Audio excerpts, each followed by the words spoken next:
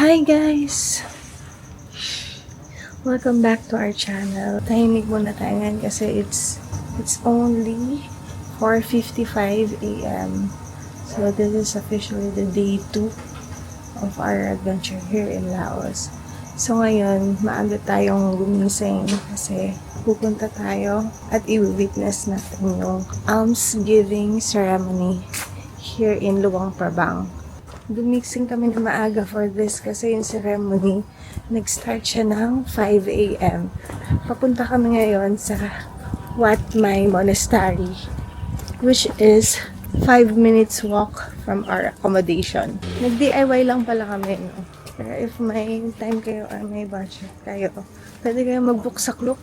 Nakita ko siya sa Klook, mga 1,300 ata yung tour. So, pero may kasama naman na yung Guangxi Waterfall. Medyo mahal lang compared kung di-DIY nyo lang tulad namin.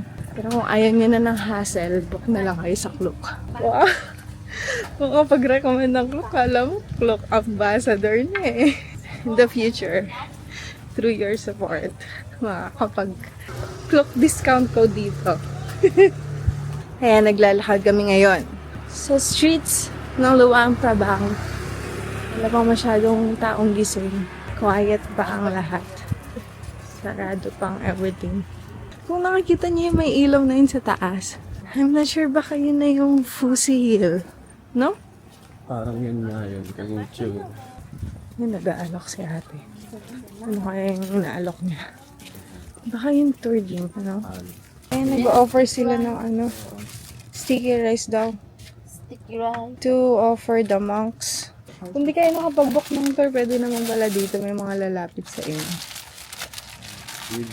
Yun yung ibibigay natin sa mga monk. Tapos magkano? How much? 50 Rusun. 50? Yes. 50 per person. Dito na kami sa tapat ng temple. Kasi yung malaki nga yung magandang nakita natin. Dito, parang mas okay dito.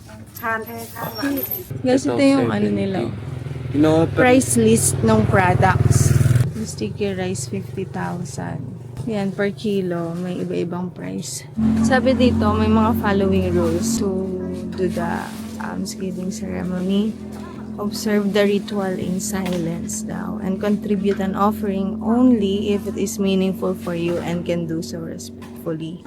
If you do not wish to make an offering, please keep an appropriate distance from the monks. Ayun. Nagfi-film tayo, dapat daw. Hindi tayo masyadong maingay. Keep distance from the monks. Yun guys, nagprepare na sila para sa almsgiving ceremony. So, ayun. Kung magpa-participate kayo sa ceremony, pwede niyo ibigay sa monks. Ayun, naka-arrange na siya dyan, Guys, may nakapwesto na pala kaya pala nilalagyan. Siguro yun yung mga madalas na nagbibigay na dito, syempre. Yung nagbibigay ka? Binigyan nila ako ng parang Sarong. Sarong ba yan? tapos eto. Baka naman hindi mo ibibigay yung basket. Hindi, ganun. Yung kanin mismo lang. Kakamayin. Ata. Tingnan mo yung gagawin nila. Kasi binigyan kanting ako. Bakit ka magaganyan kung basket yung bibigay mo? Palagay ko hindi nila ibibigay yung basket. May mga pangalan ng may-ari oh. So, ito bibigay mo sa kanila yan, tapos saalisin mo. Yan. Patingin ako ng rice. Open mo na. Sa'yo na yan, okay na yan. Ayan, siguro kakamayin mo yan. Pero naka-plastic ka naman. Bakit kailangan pang kamayin mo? Di ba pwedeng itaob mo na lang sa kanila yon? Isa-isa. Para yung mga dadaan mabibigyan. Makainin nila yun. Pero siguro may significance yun sa yung pagbigay ng stickers. Sa atin sa kasal pinapakain ng malagkit di ba? Para mas malagkit daw ang pagsasama at mas matibay. Pero I think ito talaga yung kinakain nila kasi di ba mga donations ng mga tao. Kasi parang nabasa ko nun sa book nutrition Ganito yung parang ginagawa nila. Nagdo-donate sila sa mga monks. Kasi, Pinagdo-donatean pala siya. Kasi kasama part siya ng monk din pala siya dati. monk siya dati, no? Kasi namumuhay sila ng simple. Oo. Parang sa logical. Ayon sa values subject namin ng college. Walang magardong kasuotan, walang mamumuhay ka ng simple. Sa in spirit world, si Avatar monk siya eh. si Aang, the last Avatar, parang monk siya, di ba? So ganun. Yung pinaka naiintindihan ko sa lahat. So sa gabi, itong kalsada na to, yung night market. Sa umaga naman, which is ngayon 5 AM na, peso dito sa labas, dadaan yung mga monks. Magbibigay yung mga taong nakaupo. May bibigay nila mga biscuits, tsaka mga mostly sticky rice. Sa ganda. Na-distract ako sa ganda ng background. Mga katabi ko dito, may mga dala silang mga saging o kaya mga tinapay. So, pwede pala yung gano'n. Upo ka lang dito, pwesto ka. Kasi dito sa may likuran nung pinagpwestuhan nila, kung saan yung may mga nagbibenta ng mga sticky rice. Diyan ka uupo kapag doon nag-avail ka ng mga nagbibenta ng sticky rice. Pero pwede rin pala doon ka sa banda. Dito ako ngayon sa bandang likod. Tapos pwede mo iabot lang din sa monk yung dala mo. Nakakita ko dito mga saging, tinapay. So far yun yung mga binibigay nila. So pwede naman pala yung ganun. So yun si Kat. Dito na lang ako pumeso sa likod kasi nakakaya sa harap eh. So yan, nag-aantay siya. Yan. Napaka-generous talaga nito ni Kat. Giving is close to our heart talaga. Mga nagpunta dito karamihan tour. May mga nagtutour mga Korean. Yun, padala pa ba doon? Ayun, nakaba ng mga gusto magbigay. So yun guys, may pala. Kaya pala may pamalo yun. Sabi ko, ba't may pamalo yun? Pala nagtuturo-turo siya ng kabarin daw yung sapatos. So, ayan, may sahig. Ayan, ubad na ni Kat yung sapatos niya. Mamok natin, mamok, ayan sila. Sa lapit may dala silang basket. Tapos, syempre bibigyan mo sila ng mga sticky rice na meron ka. Start na yung almsgiving guys. Ang daming magbibigay pero parang ang unti lang ng mga mo. Marami pa kaya yan sila. Pero yan sila guys, mahaba. May mga bata pa pala Yung mga nauuna syempre yung mga elderly. Isang kahabaan dito. Pero hindi rin naman pala masyadong madami pa. Ilan yung magbibigay, di ba? Dami na din yan. Yung si Kat nag-aabang na. Aabang na yan. Ready na si Kat. Ayan, nag-aanda na siya. Magbibigay na siya.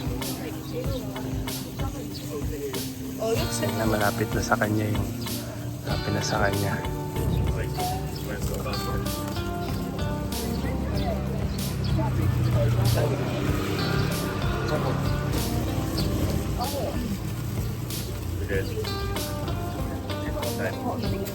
May mga nauna yung mga matatanda. And then yan, mga sumunod para mga binata na itong mga to. Ayan. Nilid sila ng mga nauna. Tapos yung pabata yung yan, tingnan mo. Mas bata pa tong mga to. Tapos yung maliliit pa talaga. Simula talaga sila batang-bata, no? Sa pagmamok.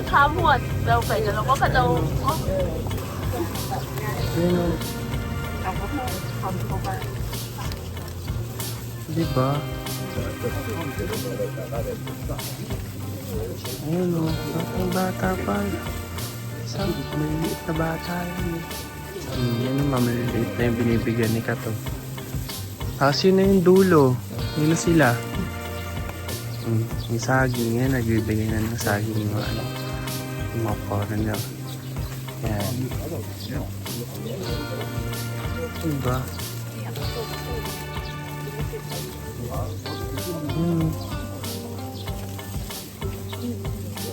Kaya na yung dulo, batang bata. Nakita siya ng saging, gusto niya yung saging, hinihingi niya yung saging dun sa Pengi ako noon saging, sabi niya. At pala yung biscuit sa mga bata Siguro kung ano yung makuha nila, yun yung kanila. Tapos na magbigay si Kat. Dapat pala sa mga bata mo binigay yung mga Mga biskwit. Dan, is it Dan? Damang sama damang. Guys, kung magpa-participate pala kayo sa almsgiving ceremony, pwede naman kayong hindi umupo dun sa mga upuan nila. Pwede pala kayong magdala kayo ng sarili nyong offering, ganun. Kasi, based on my experience, parang mas gusto nila yon. Like, tulad no kanina, may foreigner sa likod ko. Nakatayo lang siya actually, tapos may dala siya mga saging, ganun. Tinuturo ng monks yung saging. So, ibig sabihin, mas gusto nila yung maiba naman. Kasi kinakain talaga nila yun eh. So, baka nagsama na sila sa sticky rice or yung mga traditional, yung mga biscuit na binibigay nila araw-araw. So, para maiba eh. Meron nga, nakita ko may dalang bunny. Ewan ko kung binigay din nila. Ewan ko kung binigay din nila yun. Binigay ba nila? Binigay.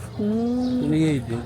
So, ayun. Pero palagay ko mas gusto nila yung saging eh. Yun, saging. Tsaka prutas, baka ibang prutas din syempre. May nakita ko kanina may oranges din silang dala.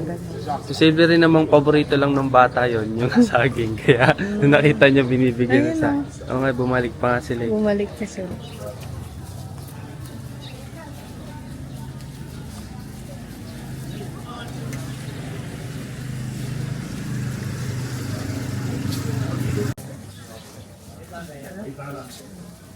Okay guys, time check.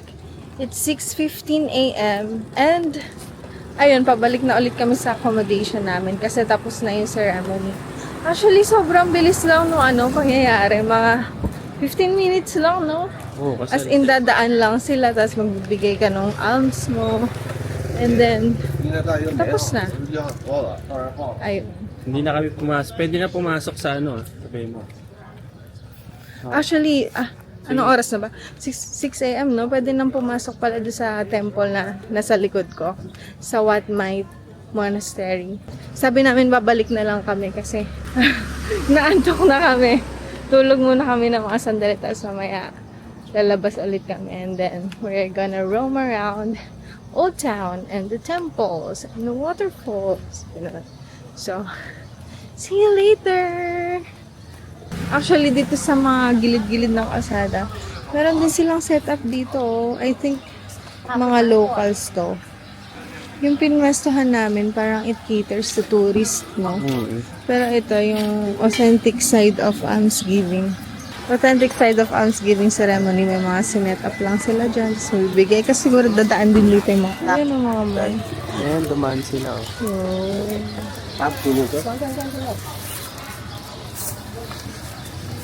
Sunod yung mga nakaset up sila doon. Sa gilid. So, good morning guys. Medyo ginaganahan pa ako maglakad-lakad. Lakad pa tayo on sa Manyo. Kasi nakita ko yung ilog dito banda sa may kabilang kanto lang. Napakalapit lang. So, parang ang ganda niya tingnan sa umaga eh. Kasi pagkalabas natin mamaya, magtatanghali na naman. Tapos alis na tayo. So, ko lang muna pakita sa inyo yung place. Ganda eh oh. Iba yung kulay ngayon kasi sobrang aga pa talaga pa. Sunrise pa lang eh. So na alala ng tama. Oh, di ba? Sarap lang tumambay. Tatambay lang tayo saglit, guys. Ano lang tayo dito?